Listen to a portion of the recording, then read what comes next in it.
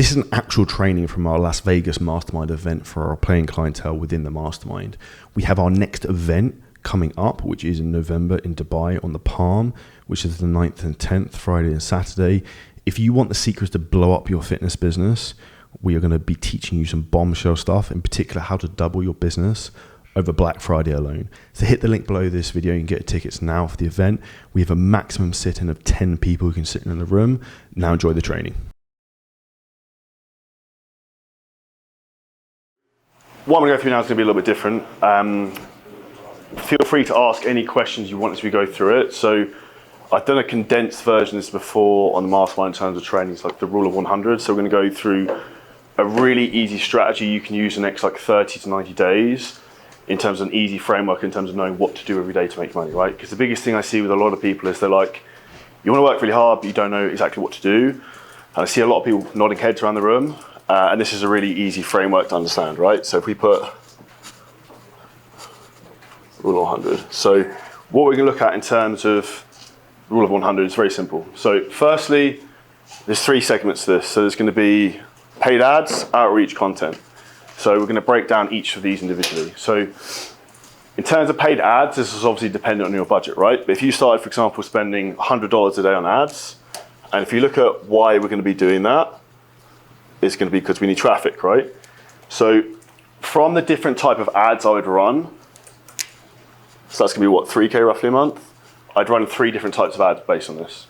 So one would be like boosted reels with the CTA, call to action. So that may well be something like a reel explaining how to do a bicep curl, do it this way, don't do it this way.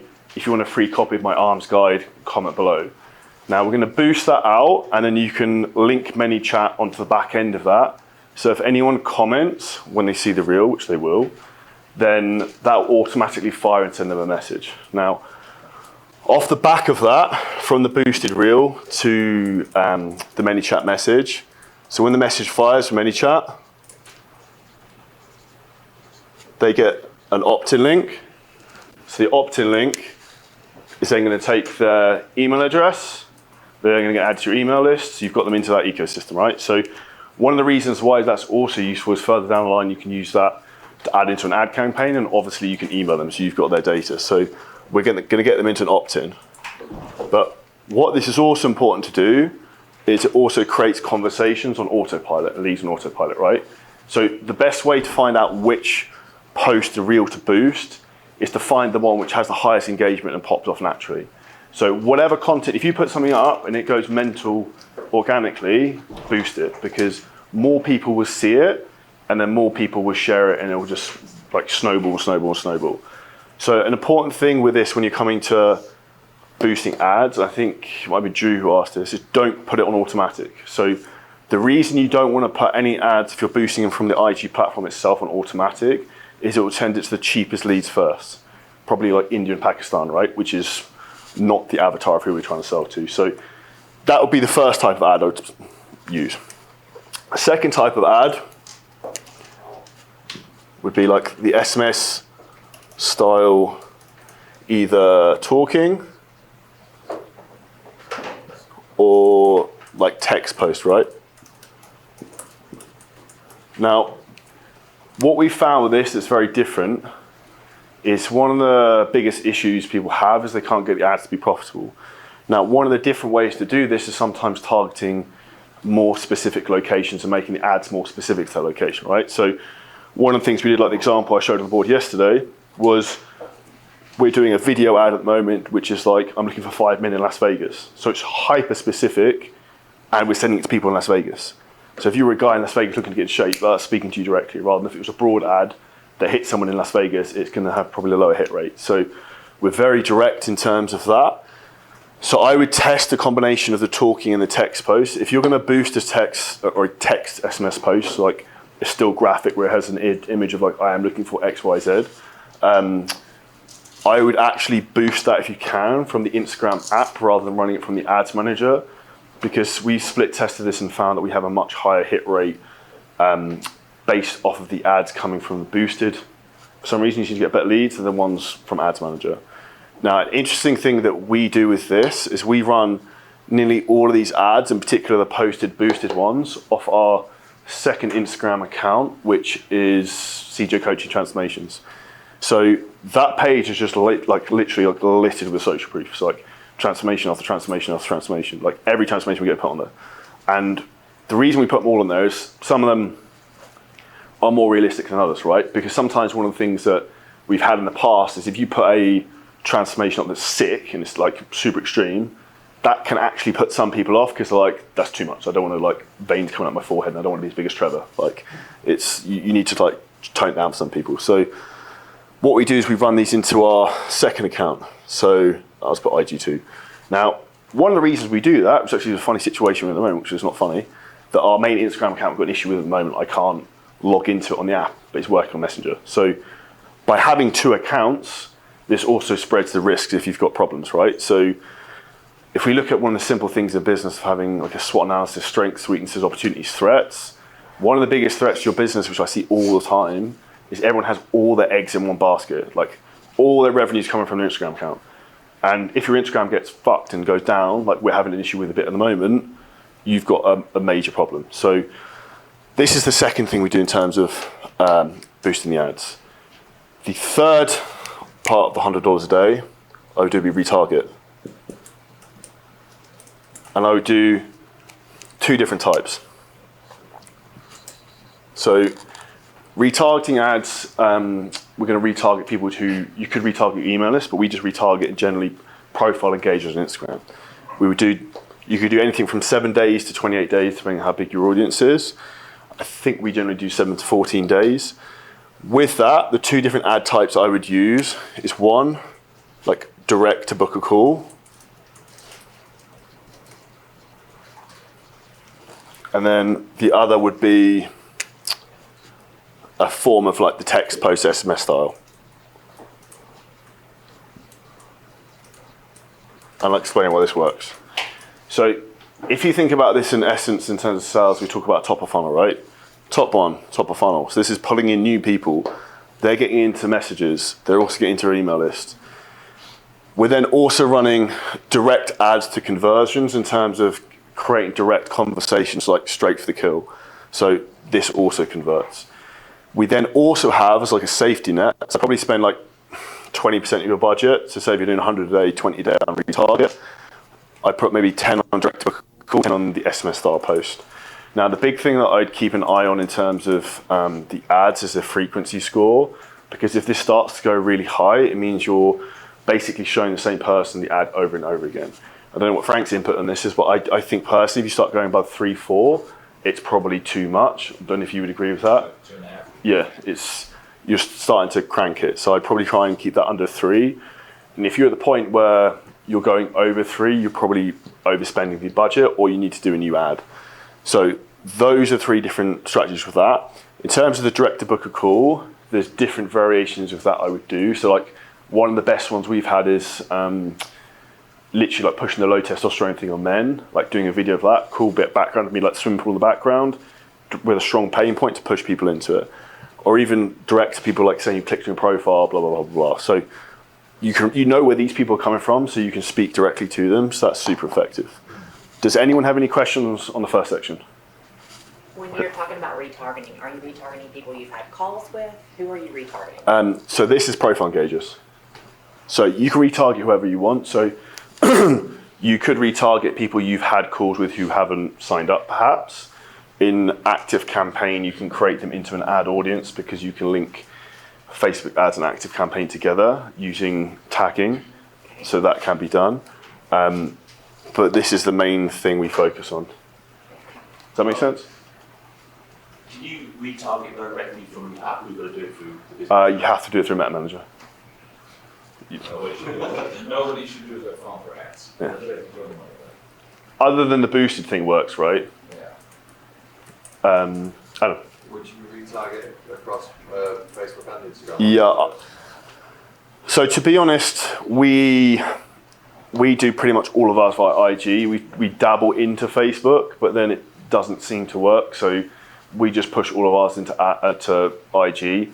From the sometimes we get the odd like miracle that comes through from Facebook, but generally not. I'd say Catherine, maybe for your audience, I think, my opinion, Facebook for women 30 to 50 is probably has a lot more of a stronger platform. We see generally as well than maybe Instagram, which I think is more male dominated in that respect. So I'd suggest, depending on your niche, I think if you're trying to focus on men, I'd probably push more to Instagram for retargeting. If you're going to Facebook, it's going to be probably more successful with women from what I've seen. Make sense? Yeah. For your paid ads, for the links of the content as well as the links of the caption, what have you found works best? Does it need to be a 6-second video or a 15-second video? Good question. The most important thing is the hook to start. So like whatever the cover image is and the text on it. So like the most important thing is that you engage them straight away and they're pulled in. So you need to be really quick and concise off the mark of what's going to pull them in. So almost like the Hormozy style reels in terms of talking with text coming up. If you're going to do a video, I would do something like that where the text is in front of you, but your face has always got to be full in shot, and you probably want the text if anyone's editing in like chest space. And then caption link, what performs best with paid ads? Depends on the type of ads. The ones we use for the direct to sale ad, almost direct to messengers, tends to have a longer copy to try and almost disqualify some people, basically saying it's not free. Some people still think it's free, but to try and push some of the ads out. The retarget ads we tend to use slightly shorter copies. Any questions? Cool. So that's paid ad section. Next thing we're going to look at, so 100 outreach messages a day. Doesn't have to be you, it could be your team, it could be anyone. So the saying volume negates luck is quite a big thing, right? So if we look at why I started with the ads first, is if we come to 100 outreach messages a day, if we're boosting reels with a call to action, pulling people into our profile, what are some of these people going to do? Follow us, right? So like, what should we probably do if we want to make money? Probably message them. So it's like, okay, message new followers.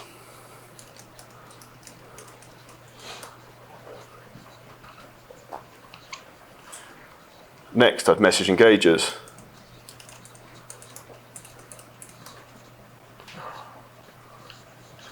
And you've got story viewers. So that's obviously all IG, Facebook. Now, if we start to come in to say the other platform we could use for that would be LinkedIn.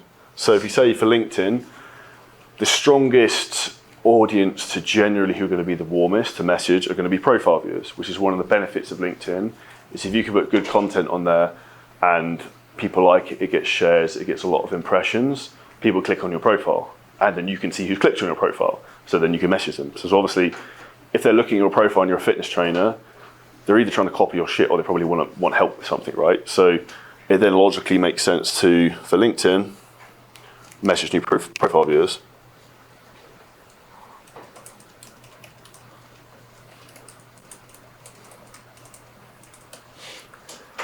And the second thing I'd say with LinkedIn is then going to sales nav and being super specific in terms of who you're trying to target. So if you know who your ICA of your demographic is, of who signs up for your programs and pays the most, you want to be hyper specific. So in particular, I would suggest you want to be going for like southern states in the US, Texas, Florida, probably the best two. Industries we've had success with, things like real estate, anything financial, accounting, they tend to work best. So I go straight into that. LinkedIn is a very male-dominated platform, and also, but one of the things with it being a male-dominated platform, men are creepy, right? So if a woman messages a man who's attractive, they're more likely to reply than if I message them, probably. So one of the things we found is that if you can get outreach messages from female profiles, you have a much higher hit rate in terms of calls booked, which is actually interestingly why often my girlfriend's profile, Charlie, will outperform mine in terms of revenue, because guys are more likely to respond to her profile than mine, despite I have more credibility. So those are the three things I focus with on LinkedIn. If you wanted, and you should do anyway, from the emails we're coming through here, you can also set up, obviously automation should be coming in to follow up these people to get into book a course. So you could include that. But those would be the two main things I do for Instagram, Instagram and LinkedIn. And if you're coming to Facebook, the easier thing to do would be just going through people who come as people you may know who already have mutual friends who are probably existing clients. And again, same thing in terms of profile gauges. So those are the most lucrative things I do in terms of the outreach messages. Does anyone have any questions on that? So if you have a girl message a guy, how do you guys position that for like if they're For the sales call? Yeah. So this is something Neil had, I mean, we spoke about this because he had the thing, he was using his girlfriend's profile. So I think it worked straight away, right? You changed the pitch. So what did we do? What do I do on Yeah, you know when we started using like female profiles Yeah. and there was friction, the call coming to you, what did we change? Oh, just how you word who you're having a call with. So rather than I'll put you in touch with a CEO who'll take a call, it was like, we'll put you with our head trainer who's a full-time Mr. Universe with 27 years experience and he'll be able to answer all your questions far greater than me, but keep in contact. And that just changed the friction straight away. So same for you would be like, speak to a head trainer who's an IFBB pro. Like credibility, status, authority, bang. Do you see what I mean? And it's just perspective shift. And only occasionally they're upset that my post is in the video. Put a nice wig on. Any more questions on that? Cool. I might have to wipe this off because I'm running out of bra. Does anyone need to take a photo of that? Does it all make sense? Cool. So, last thing I want to come into.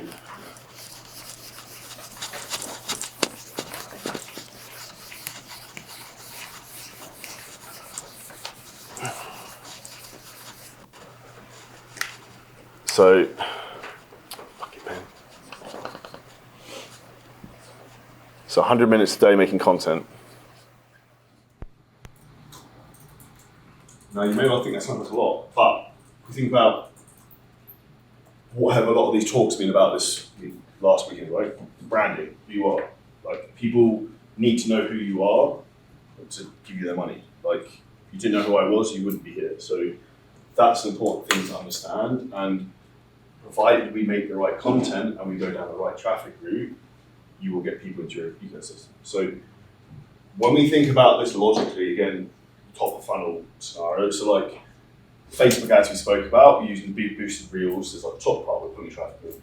So the top part of the content here is ideally we want to try and get content that has maximum reach. So in terms of views, right? So viral, anything that's like trending. So how do I find this type of content? So with this, I hate the platform shit, but it's really easy for testing and finding what works. So if you go onto TikTok, and then you go into search bar on top right, you search in weight loss tips for mums, you hit filter top right, and put most liked last 30 days. It will show you what type of content is going viral and what's really working. So there's already proof of concept this thing works, you just make your own version of it in a better essence, right? So you typed into what you want to search, then you said you filter what? So if you filter, in terms of, if you go search, say you want to put like weight loss tips for mums, Right. top right is like a filter option. If you put most liked in the last 30 days, it will then come up with tons and tons of things of whatever's trending, whatever's keeping the most engagement. And then A, this is obviously a strong pain point that's probably working for people. And then B, this is obviously what the platform, everyone's on TikTok. Can't be on TikTok. There's a TikTok ban. So that's going to show you like proof of concept, this is what works, right? I don't really like doing them because it's a bit gay, it's not my thing. But like sometimes it's good to do viral, funny stuff because they can get a shitload of views, right? So although some of it's slightly moronic, it gets the end goal, right? Of like getting shitloads of people to see your stuff. When these people see your stuff organically, what happens? The retarget ads then start to hit them as well. So then they start to know like and trust them, right? So we're just doing this to try and get new eyeballs, people into our ecosystem. So that's like top of funnel organically for free. Is there any questions on that? Oh, I just want to point out that if you do that on TikTok, what's trending on TikTok isn't trending on Instagram for like 2 weeks. So if you put it on Instagram immediately, then you're gonna be the first one. You're gonna start to trend on Instagram. So one of the strategies we're also trying to do, we're like batch producing content and like post-production, and then we'll throw it onto TikTok. If it does well, like really well, we'll use it on Instagram. If it's shit, we just don't, we just leave it on TikTok. So like if you're building a team of editors, you pay $5 an hour, it's worth just giving them loads of stuff to test and just make, and then you can just throw it into there, because TikTok, it doesn't matter how much you post, and it's not gonna put shit content onto your main feed. So I almost use it as like a testing research platform. Is audiences not differentiated, where is your policy differentiation, how well can you do that? To some degree, yes, but in general, if it works there, it will work on that. So like, for example, have we seen anything that's worked really well on TikTok that's not worked on Instagram? I can't think of anything. There's an element with the humour, but that the platform is slightly different. Something humorous on LinkedIn, but there's nothing that hasn't worked on TikTok, but then hasn't worked on Instagram. The other thing I'd add into this as well, which we're going through a phase of doing, which works really well, is doing things as a visual representation, right? So one of the videos got like 14 million views on TikTok, and like the second time posted like 1 million on Instagram. It's like me with a bag of water with some eggs in it, fucking put a hole in it, walking it, but I'm making this. Now, like, the analogy of what I was explaining was quite clever, but it also made a huge mess of people watching, like, what the fuck is this guy doing? So the more people watch the video, the longer the video is playing, the more Instagram's like, oh, this is really good, they push it to more people, so it's playing into your game. And then what we also did is at the end, we had a call to action video being like, oh, if you want 6-pack abs for summer, message me Beachbody to find out how we can help you. So like, videos going viral, people watch the end, they see the call to action, they're coming through. So again, that's pulling people in. So I would also try anything you can do in terms of like a visual representation to explain fat loss that's like engaging and is different, works really, really well. Any more questions on that? Okay. So the next thing we'll think about in terms of selling the content is obviously going to be like personal posts. And one of the ways I like to explain often with personal posts is, if you think about, like, if you get a piece of paper and you draw a V, and you put like, here's where you started on the left, here's like the shittest point in your life, or something, whatever really bad happened. This is the climb out of it. This is how I became like the superhero I am now. And like, that's like the process you want to think about in terms of captions, content, emails, and an easy framework to think about. It's like, this is where I came from, this is where I went wrong, this is how I ended up who I am now. And if you condense that into a story, that's almost like the format of everything you want to try and talk about. Because you being vulnerable and showing the shit stuff that's happened helps a lot in terms of people like realizing you're human, like everything's normal sometimes, sunshine and rainbows sometimes. So that's the big thing I push. Any questions on that? Next thing is going to be sales posts. So very direct sales, like Frank said, we push all of ours. We were probably taking the piss. We were trying to do it like constantly, so we were killing it. But we always put our sales posts end of the month, and as Frank said, have like a calendar mapped out for that. We now at a point where we just reuse the ones from last year, because once you've got the 4th of July with graphics and shit made, like no one remembers what we did last year, right? So that's your Frank. So once you have this all set up, you can basically get everything. It's super simple. Now, when you've got the top of funnel here, your personal posts, the goal of a lot of this stuff is really to drive them into long format. So I'd also just make sure there's a minimum, like for our fitness business and for mastermind and business, we make sure we have at least one podcast a week. Now, what a lot of people don't realize, the biggest podcast platform in the world is not Apple Podcasts, it's actually YouTube. So what you want to be doing is making sure that these go onto YouTube, because this is a huge mistake I see a lot of people make. Because YouTube is actually the second biggest search engine in the world, behind Google and also on YouTube. So if you make really high quality podcasts with good guests, will have a lot of strong information. And when you start the podcast, you need to have a strong hook. Something that's amazing as well is like if you check out our latest business podcast, the way they've been reframed and edited at the start. If anyone's seen Stephen Bartlett's podcast, the way he has like clips at the beginning to tease you in, that's what you want to start doing because you want to try and pull people in to know what happens. So it's like storytelling. It's a bit like in a content post, you have a hook at the beginning. You always have a hook at the beginning of the podcast, get people further down the line to find out, like, fuck, what happened? I want to know about like this shit thing that happened, or this amazing new discovery, whatever it might be. Because this viral humor, TikTok shit, probably not really going to sell, build your tribe of people. The podcast, YouTube, longer format stuff, or people who maybe might read your emails, is the people who are going to really start to buy into you. Also, the demographic of people who listen to podcasts socioeconomically have a lot more money than people who are like fucking switching between like funny cat videos, right? Like, Interesting. it's true though. Yeah. So this is a big thing I'd really suggest for everyone, and it's not that complicated to execute. Very time efficient. You can get a lot of different rules and stuff like that. So that's it in terms of what I'd recommend is a daily output. Now, so you spend $100 on ads, you do 100 outreach minimum, you spend 100 minutes daily making content. What's important is to actually have a schedule. So you know what time you're doing these things, what's the actual content we're going to film, rather than like, got a camera out, what we're going to do. So like actually having a plan of what you're going to do is a huge thing. So I'd say like maybe Sunday for the week, you plan, okay, this is what I'm going to do every day, these are the posts I'm going to make, this is what I want to do.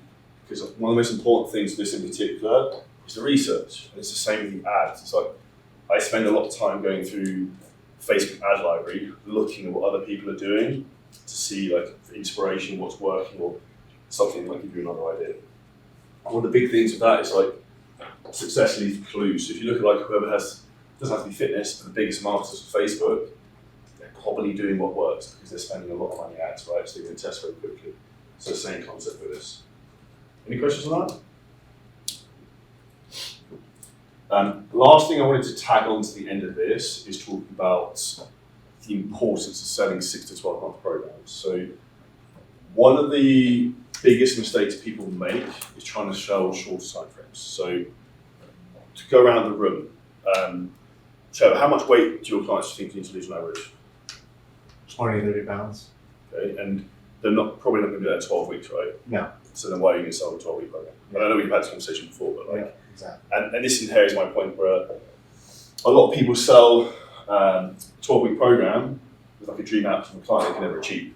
So what you want to do is you want to match the offer of whatever you're selling to the client to then the dream outcome they want. So if you've got someone who's very overweight, then they're going to need a longer program than 12 weeks. So probably everyone in this room, the minimum you should be pitching is like 6 months. Now, if you think about it from a logical standpoint, if you start at 12 to 6 months, you can come down. If you start at 3 months, you can never go back up again. So yeah, I'll start 3 months. And this is a really obvious thing to understand, but most people don't think about. So the quickest way to increase the revenue business is obviously increasing the price. There's also increasing the duration of the program that people are signing up for. So the way you frame that is very important because you'll get pushback from people. People will be like, oh, I just want to try it for 12 weeks or monthly. Now, if someone said, for example, they wanted to try a program monthly, I said, like, it was your commitment monthly. You've been fat for 30 years. Like, you need to like draw a line in the sand, step over this and commit to this.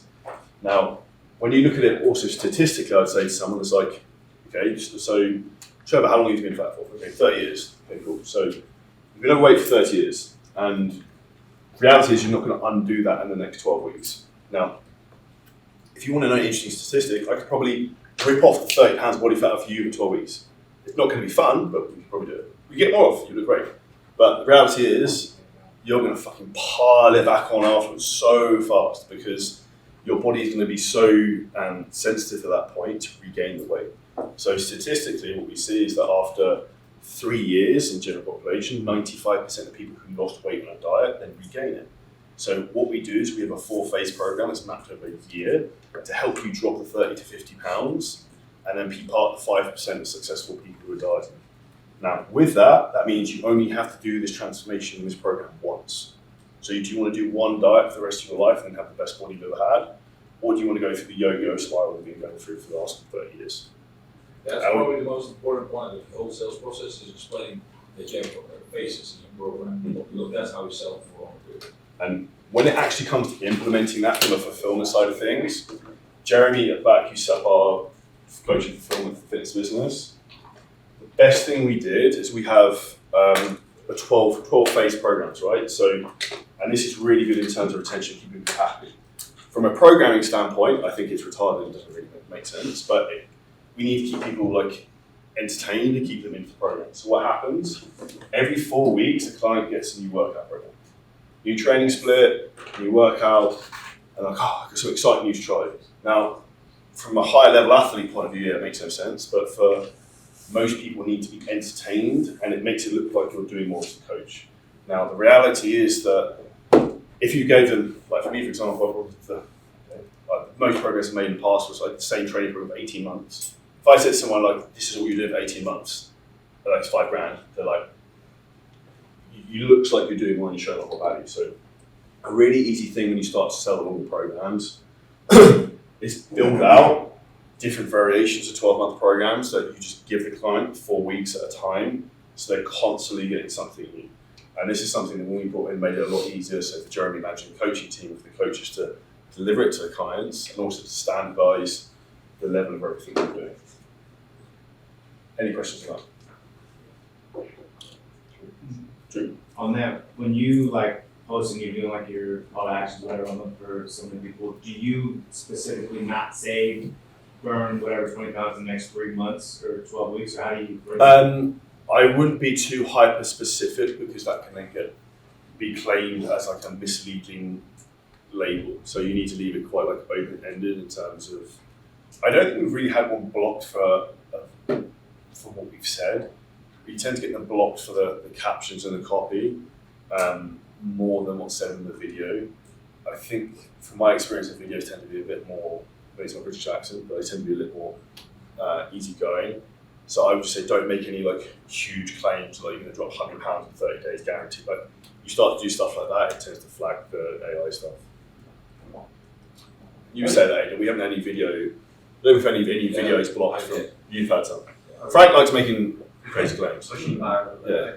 I think as well, one thing to add on like the whole 12-month program thing, and like use a lot of ages, it's not overcomplicated. So I think a lot of people, I know like and stuff like that, it's like, oh, I gotta wait until I build out a perfect 12-month program before I pitch 12 months. For most clients, as long as they've got like something that looks refreshed and they stay consistent with it, they're still gonna get the progress. And even if they do a 3-month program and then start again from like phase 1, as long as they're sort of renamed a little bit, they can still sort of continue with that. So just being able to pitch it and actually have it as an offer is more valuable than like spending all your time and energy trying to build out something insane. The last thing I should say in terms of cutting it white one now is ads in terms of the targeting. So who you should target with that depends obviously on your niche. But for example, with us, if we're the US, we often leave it quite broad. So we'll maybe do men or say women 35 to 50 US, no targeting, and just let Instagram and Facebook find people for us. If we're doing countries that have transit quite away shit people, have some rich people, some people who can't afford the program, we're more specific in terms of targeting. So like Aidan found something the other day in terms of Dubai has some extremely wealthy people who don't pay tax and are expats. It has some very poor people. So when you start running ads to somewhere like Dubai, you get a real mixed bag of what comes through. So I believe now we can actually target specifically just the expats and people who lived in the UK and the US who live in Dubai. So chances are if you've moved from the UK to Dubai, you're probably a millionaire and you're trying to avoid paying tax. It means we probably want to send an ad to you because you can probably buy a fitness program, right? So rather than the fuel attendant at the petrol station. With that level of finding someone, does that have to go through a manager? Yes, yeah, on that level. So if you're boosting something from the app, you can just do interest targeting, but for like more in depth, like job targeting and stuff like that, you have to go into the ads platform. One thing to note, Jordy has a very old ad account, so he can go broad. If you don't have that, it's brand new. You need to be more narrow in the beginning, and then the more data it gets, the better it gets. So probably after a year, it can go broader, and the beginning you have to be a little bit more like these are my type of people, so we can find the data. In terms of targeting the US, what would you say the best audiences for people, Frank? Things like Whole Foods, top end gyms like Equinox. Yeah, so like high-end locations, that's Yeah. what we want. That works really well. And what I usually do is like, Luxury holidays. yeah, luxury flights, stuff like that. Private holidays, jets. Like visit certain golf courses, stuff like that works well. Little bit. The other one I'd actually add on that particular is probably like people who are like Tony Robbins, business mentors, because they're like the people who are probably going to invest in themselves. They believe in that mentality of spending money to get And better. zip code based works well. What's that? Zip code based. Yeah, that works well. How do you position the program price-wise from 6 months to 12 months? And then a second question, at what point during the program would you talk to them about Renewal? expanding the program? Good question. If we go to the renewal side of things, so what we do is if we sell someone on a 12-month program, where when it comes to the end, we then just split it into like monthly.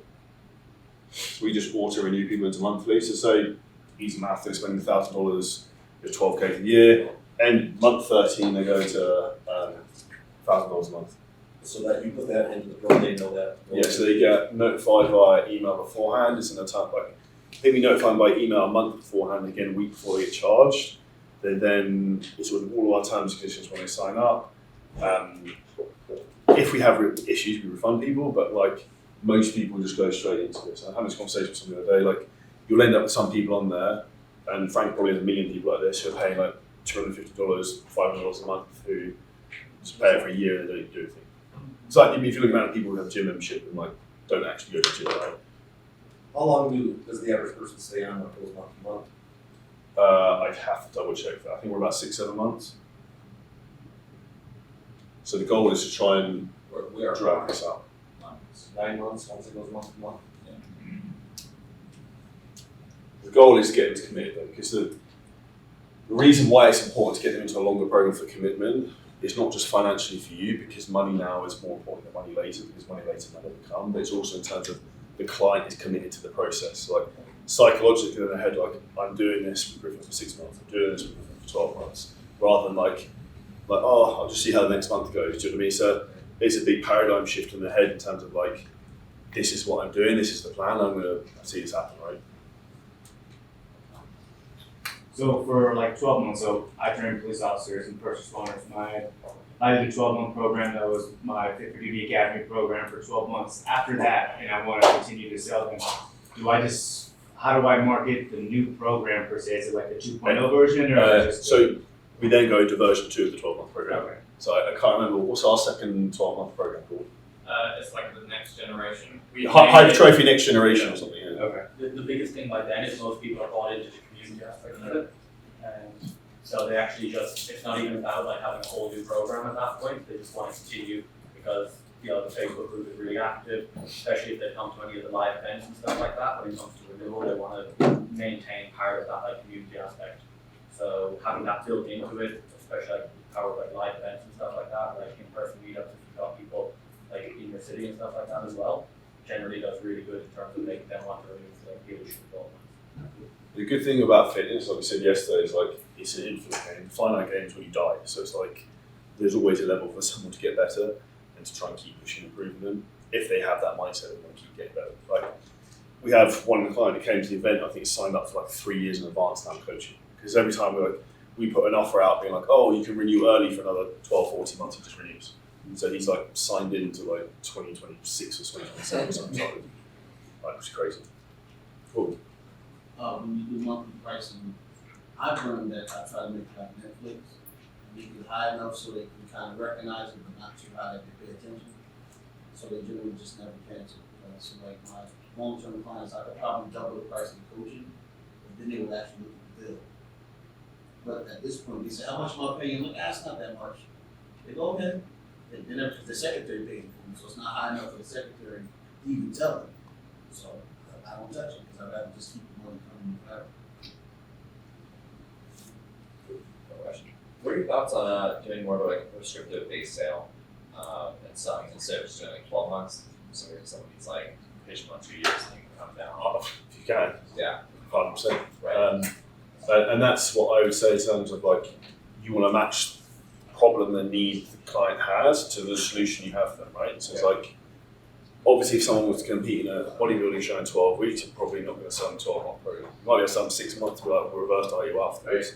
But if you've got a client who's, I don't know, we had a guy sign up who was like £550, like, you're not getting in shape in 12 weeks, like, just to be honest, right? And also, like, if you don't sign up for this, you're going to die, because how many £500 guys you see are 60? So it's like, depends on the problem, but you want to tailor the offer to the person you have coming through. And what I think is important with that is that you actually look at the details of the prospect of who's coming through before they're on the call. So you're not just like this is what you do. So like, you look at their Instagram profile, you look at their Facebook profile, you look at the questions, the information they gave in the application form. Because you need to know in your head, okay, this is where I'm going to steer this conversation. This is the big problem and pain point.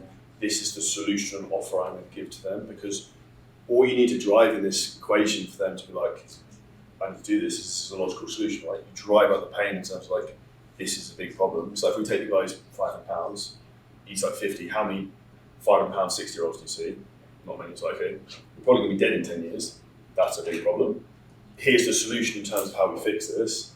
We've done it with like thousands and thousands of people, but it's going to take you at least 12 months. Yeah.